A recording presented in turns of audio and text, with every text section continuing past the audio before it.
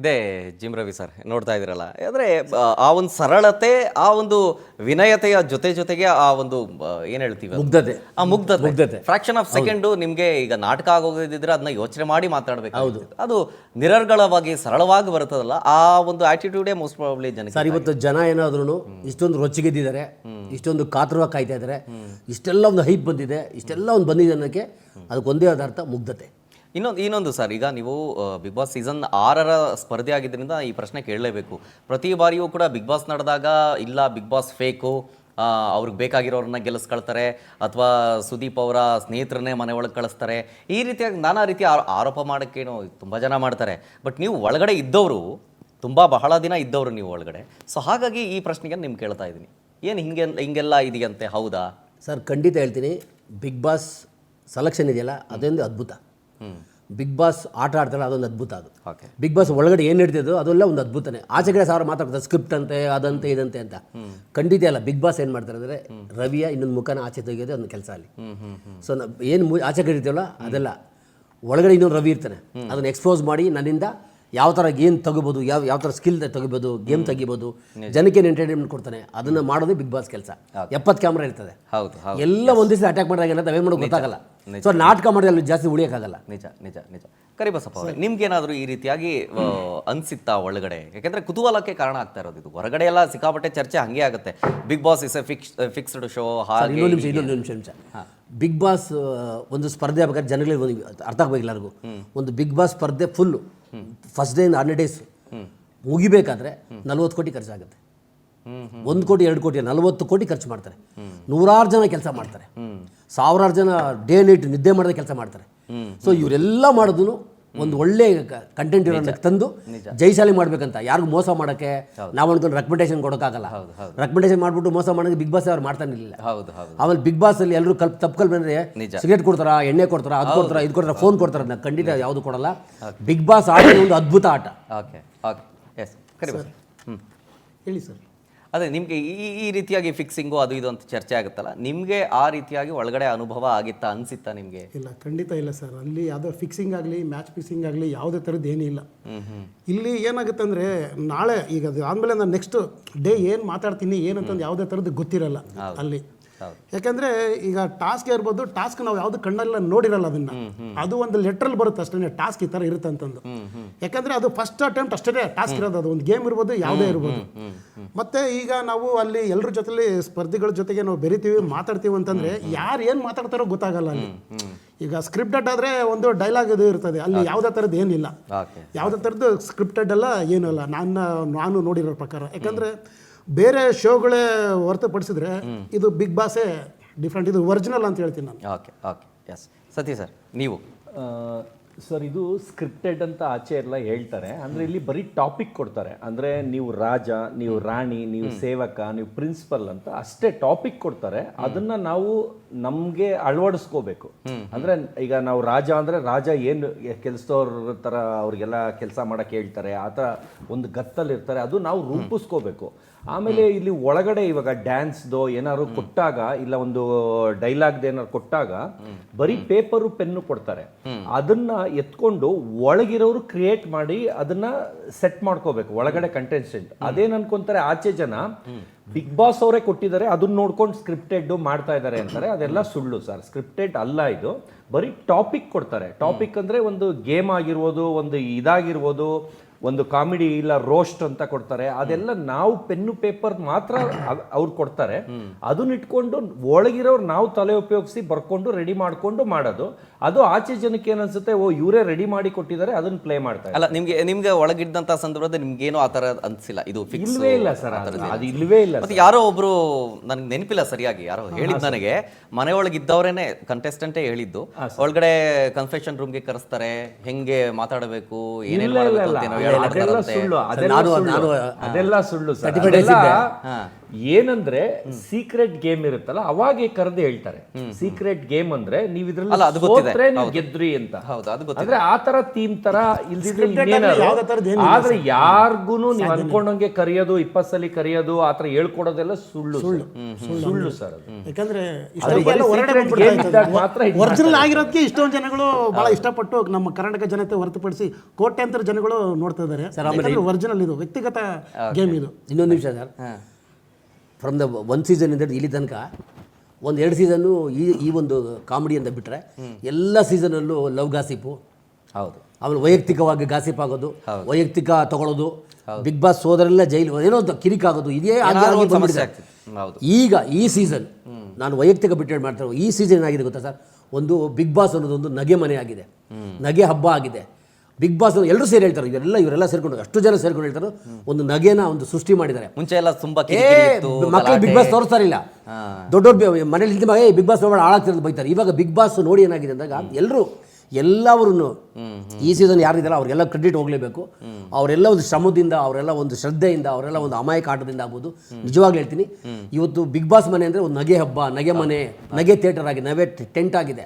So ಎಲ್ಲರೂ ನೋಡ್ತಾರೆ.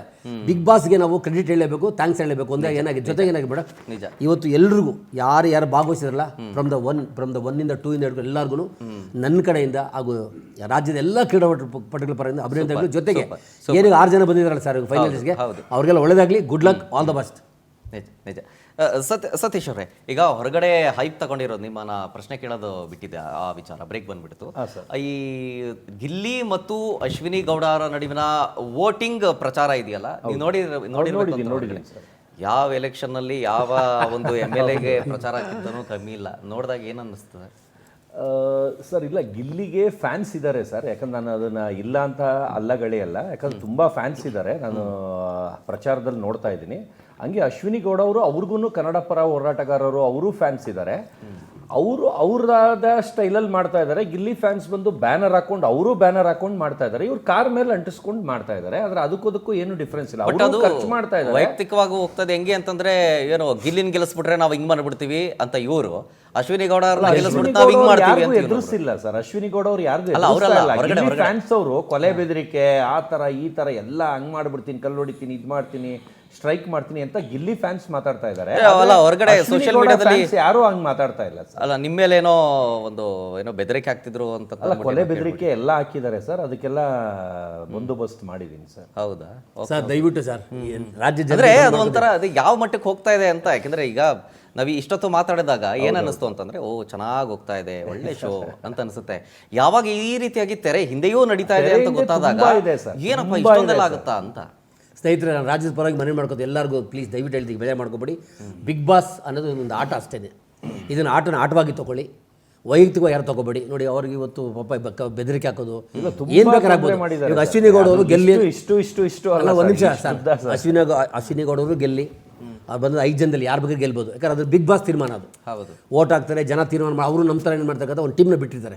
ಎಲ್ಲ ಕಡೆ ಸರ್ಚ್ ಮಾಡಿ ಯಾರು ಗೆಲ್ಲಬೇಕು, ಏನು ಮಾಡಬೇಕು, ಎಲ್ಲರೂ ಮಾಡಿ ಅದು ಬಿಗ್ ಬಾಸಲ್ಲಿ ಯಾವತ್ತೂ ಮೋಸ ಆಗಲ್ಲ. ಯಾರು ರೆಕಮೆಂಡೇಶನ್ ಹಾಕ್ಬಿಟ್ರು, ಫೋನ್ ಹೋಗ್ಬಿಟ್ರು, ಯಾರೋ ಮನೆಗೆ ಹೊಟ್ಟೋದ್ರು, ಖಂಡಿತ ಹೇಳ್ತೀನಿ ಸ್ನೇಹಿತರೆ, ಯಾವುದೇ ರೀತಿ ಬಿಗ್ ಬಾಸಲ್ಲಿ ಮೋಸ ಆಗಲ್ಲ. ಏನೇ ಆದ್ರೂ ಅದು ತೀರ್ಪು ಮಾತ್ರ ಬಿಗ್ ಬಾಸೇ ಮಾಡೋದು. ನೀವು ವೈಯಕ್ತಿಕ ತಗೋಬೇಡಿ. ನಮ್ಮ ಗಿಲ್ಲಿ ಗೆಲ್ಬೇಕಾ ಗೆಲ್ಲಿ, ನಮ್ಮ ಅಶ್ವಿನಿ ಗೌಡ ಬೇಕಾ ಗೆಲ್ಲಿ, ಇನ್ನೊಬ್ಬರು ಗೆಲ್ಬೇಕಾ ಗೆಲ್ಲಿ. ಆದ್ರೆ ಯಾರು ವೈಯಕ್ತಿಕ ತಗೊಂಡ್ರೆ ಇದ್ರ ಪರಿಸ್ಥಿತಿ ತಗೋಬರ್ತಾರೆ. ಇನ್ನು ಇದ್ರ ಬಗ್ಗೆ ಮಾತನಾಡೋದಕ್ಕೆ ಮತ್ತೊಬ್ಬರು ಗೆಸ್ಟ್ ಜಾನ್ ಆಗಿದ್ದಾರೆ, ಬಿಗ್ ಬಾಸ್ನ ಮಾಜಿ ಸ್ಪರ್ಧಿ ಸಂಜನಾ ಗರ್ಲಾನಿ ಅವರು. ಮೇಡಮ್ ನಮಸ್ತೆ, ಕಾರ್ಯಕ್ರಮಕ್ಕೆ ಸ್ವಾಗತ. ನಮಸ್ತೆ, hi, how are you? Super madam, fine, thank you. ನೀವೇಗಿದ್ದೀರಿ? ಚೆನ್ನಾಗಿದ್ದೀನಿ, ತುಂಬಾ ಚೆನ್ನಾಗಿದೆ. ಈ ಬಾರಿಯ ಸೀಸನ್ ಬಿಗ್ ಬಾಸ್ ನೋಡ್ತಾ ಇದ್ದೀರಿ ಅಂತ ನಾನು ಭಾವಿಸ್ತೀನಿ. ಯಾರು ನಿಮ್ಮ ಫೇವರೇಟ್ ಮೇಡಮ್? ಯಾರು ಗೆಲ್ಬೇಕು? ನಾನೇ ಬಿಗ್ ಬಾಸ್ ಸೀಸನ್ 9 ಅಲ್ಲಿ ಈಗ ಟಾಪ್ 5 ನಲ್ಲಿ ರೀಚ್ ಆಗ್ಬಿಟ್ಟು ಈಗಲೇ ನಾನೇ ಮನೆಗೆ ರಿಟರ್ನ್ ಬಂದಿದ್ದೀನಿ.